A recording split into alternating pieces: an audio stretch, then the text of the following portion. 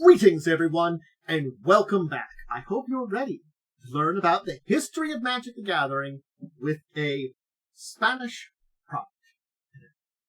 A European product out of the Spanish market called Salvat 2001. Yes, we're diving back into the history of Magic the Gathering with a unique product that was for an English-speaking market. So hope you're ready, and if you're ready to join me, I can planeswalk us over to the world's Magic the Gathering, into that multiverse. We can go to the Blind Eternities, check things out, and learn all about these cards, products, and interesting stuff that's going on. So please take my hand, if you're ready. I'll be guiding us through the Blind Eternities. Remember to give myself a tip, your host and guide here to Instant Average Dracovin, liking, subscribing, ringing the bell over the YouTube side, and let me know if you collect any of Salvat 2011.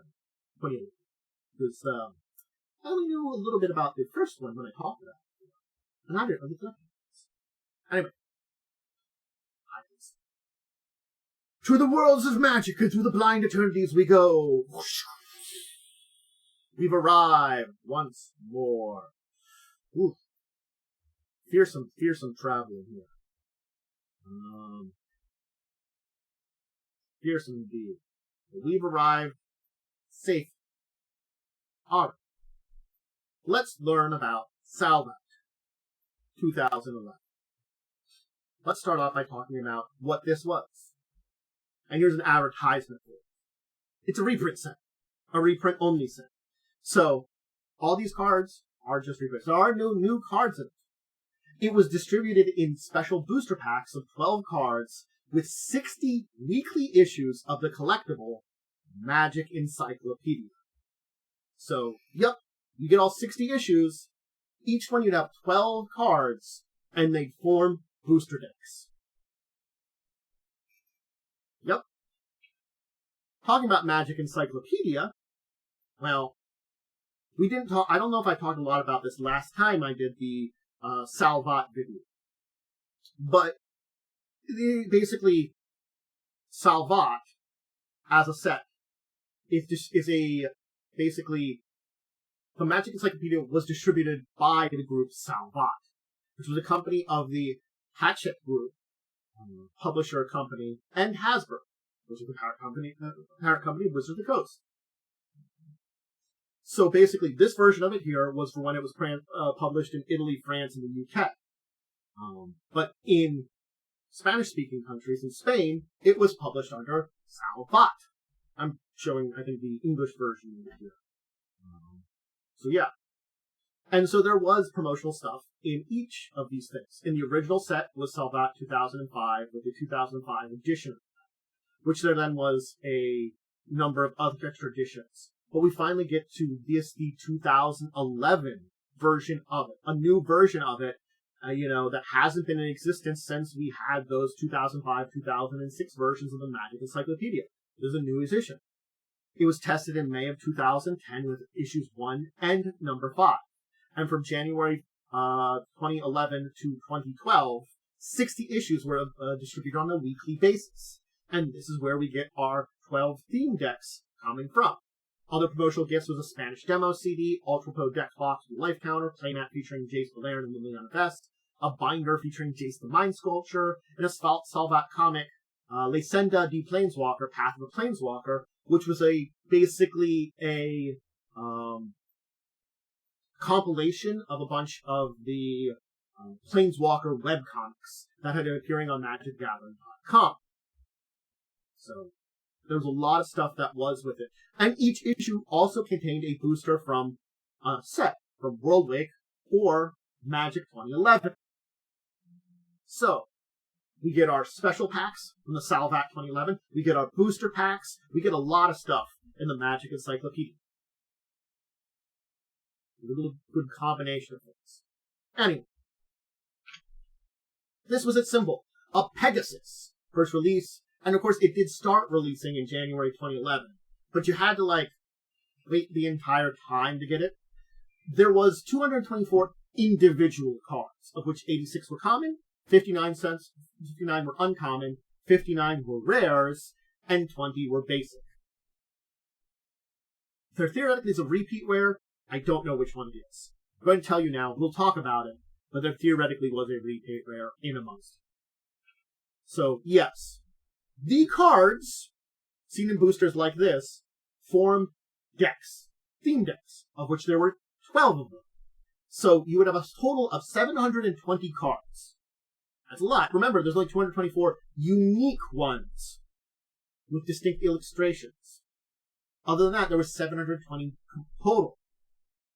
Now, this, which is actually showing the old Salvat 2005, this white border. The Salvat 2011, when I show you the cards, was black border. It was also authorized by Wizards of the Coast and valid for DCI tournaments. So that's an important thing here. These are black bordered cards, and they had card numbers on each, and it had its cards numbered per deck. Basically,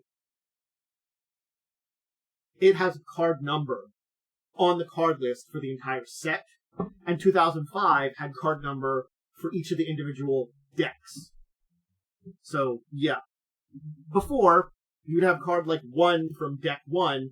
Now it's, I have card 1 from the entire list of Salvat 2011. Heads and wings of a Pegasus.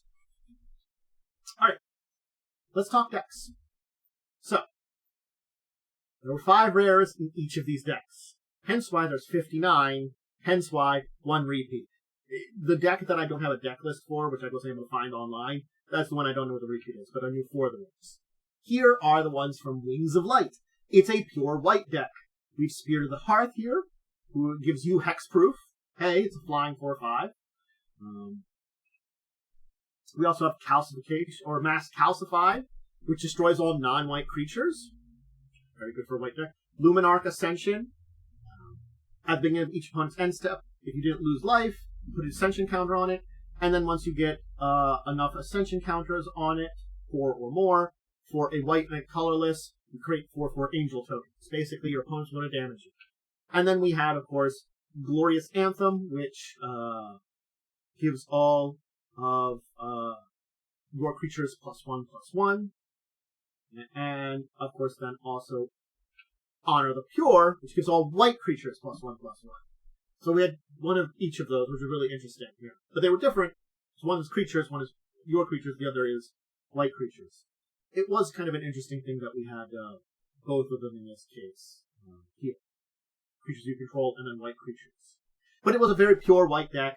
That's the first one. Wings of It. Alright, Ears of the Elves. It's an elf deck. I mean, I'm not gonna lie. Just saying it's an elf deck does scream exactly what you need to know about it from the beginning, very quickly and efficiently. So our cards here were Elvish Champion, as we're seeing here. Other elves get +1/+1 in Forest Walk. Very simple deck there. Gaia's Herald. Creature spells can't be countered. Hey, prevents your stuff from being countered. Immaculate Magistrate. Put a +1/+1 counter on target creature for each elf you control. Hey, getting a lot of elves means you do a big boost on things. Talara's Battalion, which is a 4/3 trample, and cast a spell only if you cast another green spell this turn. So if you cast another spell, it's a very a 2 mana cost spell. You just have to do that afterwards. And of course, you had a copy of Coat of Arms in here. Yeah. Creatures get +1/+1 for each other creature that shares a type with at least one type with it. So, like, if I have 2 elves, each of them gets +1/+1. They share types with each other. The more elves you create. Then, of course, there's ways of creating elven tokens, other elf creatures. It's a pure elf deck. Plain and simple. But it's a green-black elf deck. So keep in mind it is green-black because, hey, they're doing the Olirant colors. Alright. So, we had a blue deck here. So, let me take a drink here for a second.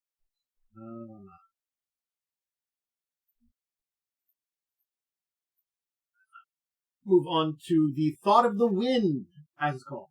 Thought of the Wind. So, this one here, Denizens of the Deep. Alright, I just have to make sure, like, when I'm talking about these, I don't know which one I'm talking about, because they are in Spanish, and I'm not very multilingual. Anyway, Denizens of the Deep enters the battlefield, return each other creature you control to its owner's hand. 8 mana, 11/11, it just bounces all your stuff. Yep. Then we had, of course, something that's no longer a rare. By the time it's gotten to, like, the newer printings of it, it's no longer rare. Mahamahati Jin, it's just a 5/6 flying. That's it. It was rare back in the day. It has been rare since Magic Origins. I think Iconic Masters and Ultimate Masters made it uncommon. Counterbore. It's the counter target spell. Search the opponent's graveyard, hand, library for copies of the same one. Remove them from the game. And then the target player shuffles to the library. Hey, give her a bunch of cards. Evacuation. Return all creatures to their owner's hands. Right there. And of course, Mind Springs. Draw its cards. So this is a pure blue deck. Thoughts of the win. There we go. Fangs of the Predator. It is a pure green deck. So you notice that we have a bunch of pure colored decks that are in here too, but not all of them are that. So just, keep that in mind as we kind of go through here and the cards. So in this case, we got Molimo, Mara Sorcerer, a trample creature with a power star, where power and toughness is equal to the number of lands you control. We, of course, had Verdant Force, which is a favorite of mine. At the beginning of each upkeep, you get a 1/1 green sapling creature. So not just your upkeep, every upkeep, you get a sapling. Favorite of mine, definitely. Troll Aesthetic, which is a 3/2 hexproof that regenerates. It's a troll. Of course, another big favorite of mine, Vigor, a 6/6 trample, and if damage would be dealt to another creature you control, prevent that, and put a +1/+1 counter for each damage prevented. When Vigor is put in the graveyard from anywhere, shuffle it into its owner's library. Vigor's hard to get rid of, and it makes all your creatures basically not die to damage, and just get bigger. Like Vigor. And finally, it's an equipment in here. Luxodon Warhammer, quick creature goes +3/+0, trample and lifelink. Yeah, pure green deck, pretty good. Fangs of the Predator. Alright, Cries of Rage, a green, red deck. Sorry, skippy. That belch there was unexpected. So, yes. We got ourselves a green-red deck here that has a number of very good here. There's Borderland Behemoth, a giant warrior that's a 4/4 trample, and gets +4/+4 for each other giant you control. No one really does giant decks, so, it's fine. It's there. Vengeful Firebrand, a 5/2, has haste as long as a warrior cries in your graveyard, and you can pump it up with red mana. It's got fire rune, basically. 1 red, +1/+0.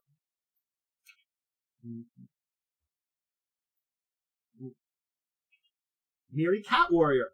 First strike, Forest Walk, Vigilance. Yep.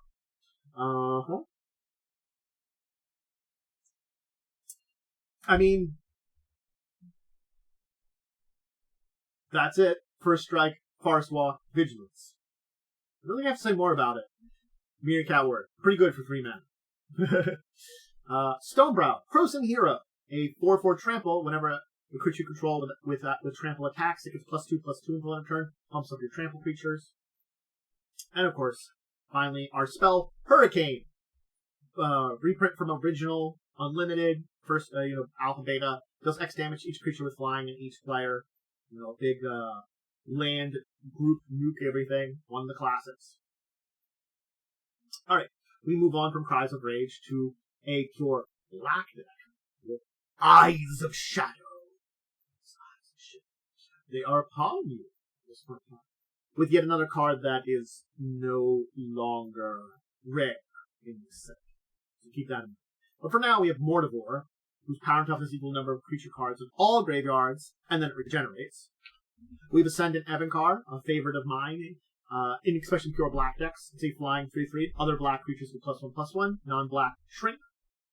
Of course, one who is no longer rare, but still was rare here, the Sengir Vampire, a flying 4/4. When a creature dealt damage by it dies, put a +1/+1 counter on Sengir.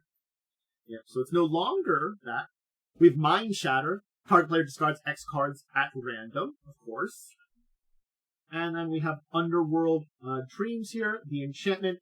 Whenever an opponent draws a card, Underworld Dreams deals 1 damage. A little bit of nuking things.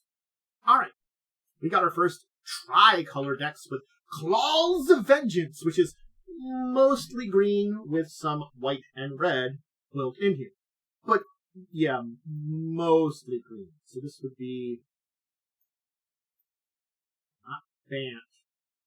I'm bad at remembering all the things off the top of my head from Olirant.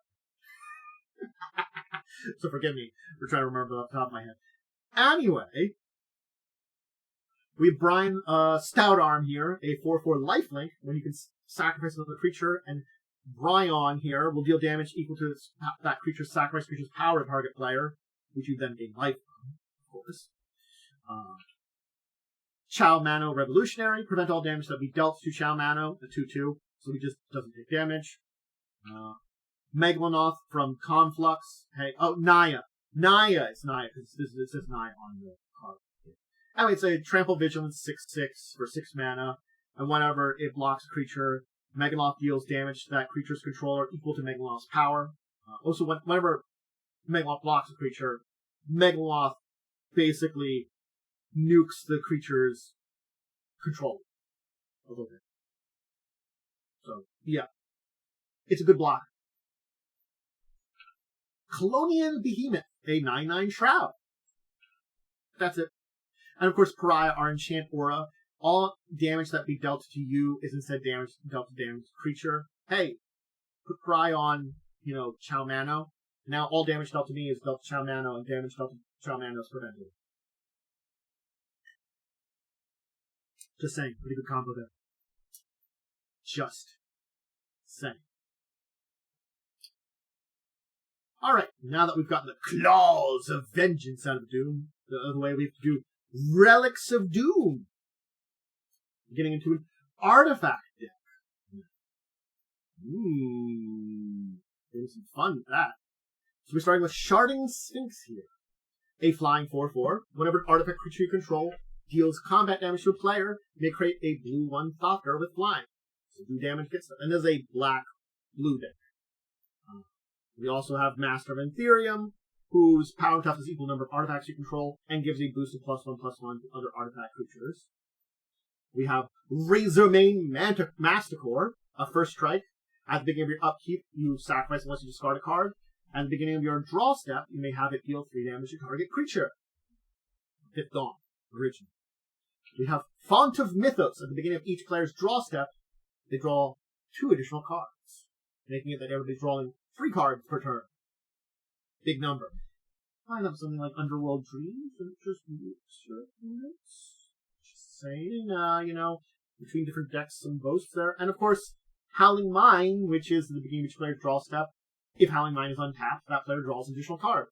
So we're drawing 4 cards a turn now in this deck. It's an artifact deck. It's an interesting artifact deck, mind you, but this is an artifact deck. Through and through. Hands of Fire!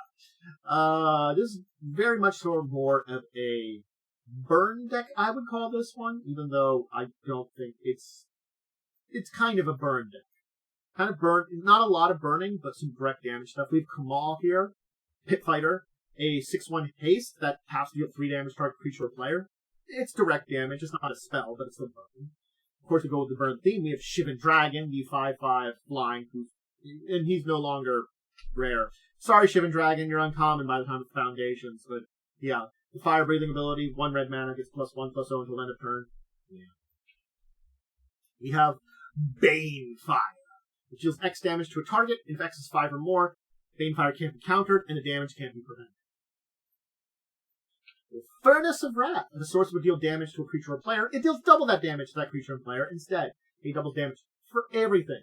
And of course, Rage Reflection, creatures you control have double strike. I love the reflection spells. They're very good. Favorite. Now, we go into another tricolor deck. With, of course, starting with Fire Blast Dragon in Scales of Fury, which is mostly a green deck with some red and black.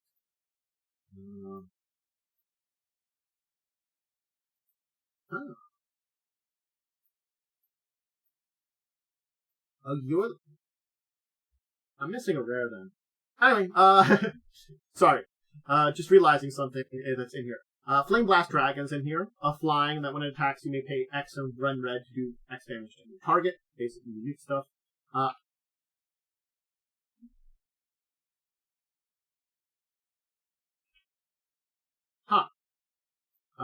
Sorry. That's weird. That broke. I can fix it. Don't worry about that. Yeah, Flame Blast Dragon. Which would be right here. So there is definitely an extra card. I don't know that broke. There we go, Flame Blast Dragon. I talked about. I don't know why that broke. It shouldn't have. I fixed it very quickly and efficiently. On the fly! I saw that on the recording. Shit. You'll be fine. Shivan Dragon's back here again. I didn't realize Shivan was back here. This is the repeat. We have 2 Shivan Dragons. So I honestly somehow have missed what the 59th rare is in amongst the rares. I haven't found it, and I don't know what it is. We'll talk about that at the end here. We're pretty close to that. A Violent Ultimatum is in here, where destroy 3 target permanents. Yeah.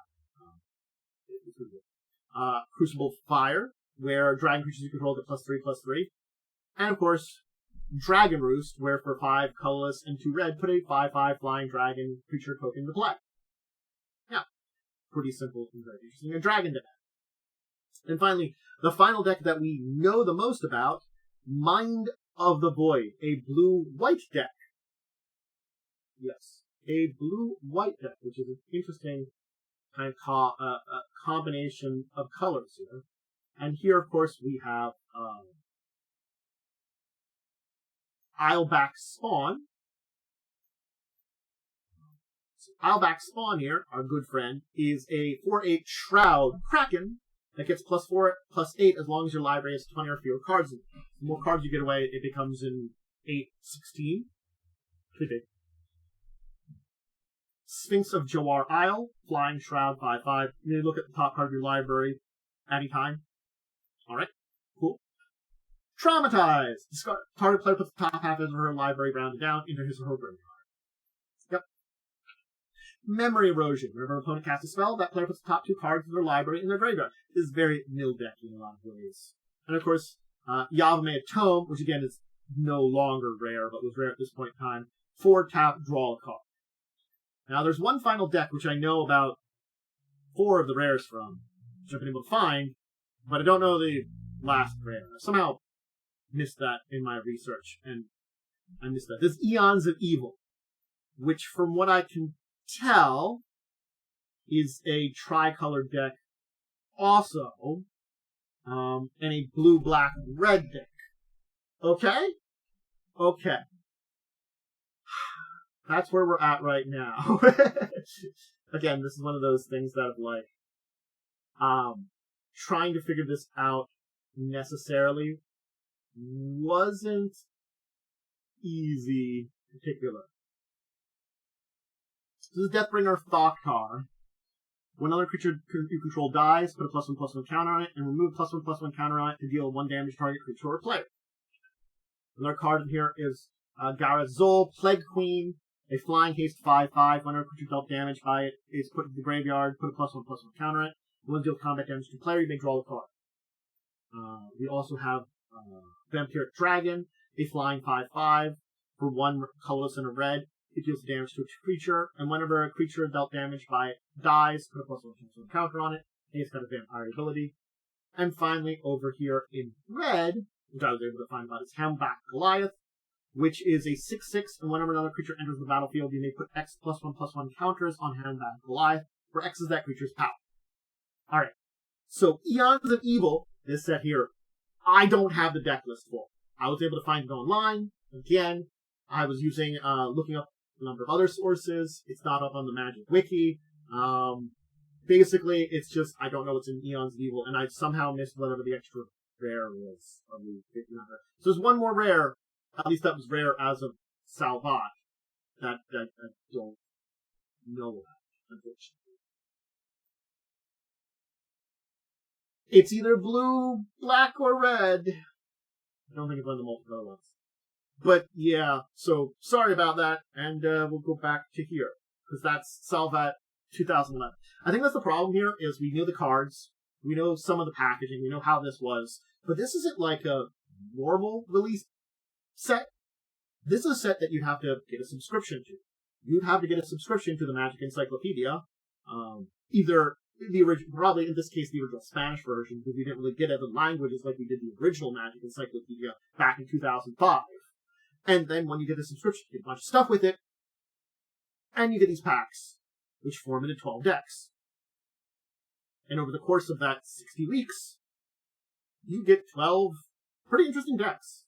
There are 5 rares, each with all their cards. And I'm not gonna lie, there's some decent stuff here.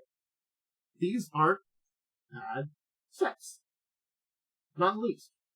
Having, looked through them and studied them, and read through a lot, I can kind of say that they really aren't bad. Granted, it's not like they are the best cards there are. It's kind of a mixture of stuff. Certainly. But nonetheless, it was fun to kind of explore Salvat 2011, and I hope you enjoyed looking at all these cards and reading up all these cards. And seeing the different places that you could play these. And I hope you enjoyed, I figured it out. I don't have a picture of it because I figured it out last one. It's Helicite Charger. It's Helicite Charger with the last one. Yeah, I didn't have a Helicite Charger. There's too many dragons. It's the 5/5 flying haste that if you attack, you can pay 7 mana, 5 colors, 2 red, and get another attack phase after this. Helicite Charger is the last red. So if you want to go look at Helicite Charger, I quickly looked that up while I was having my thoughts. I opened up the page that had you. Anyway, that's it for today. Hope you enjoyed. I'm going to get going. Salvat 20. Anyway, remember to check out all my other stuff, whether it's over on Twitch, over on YouTube.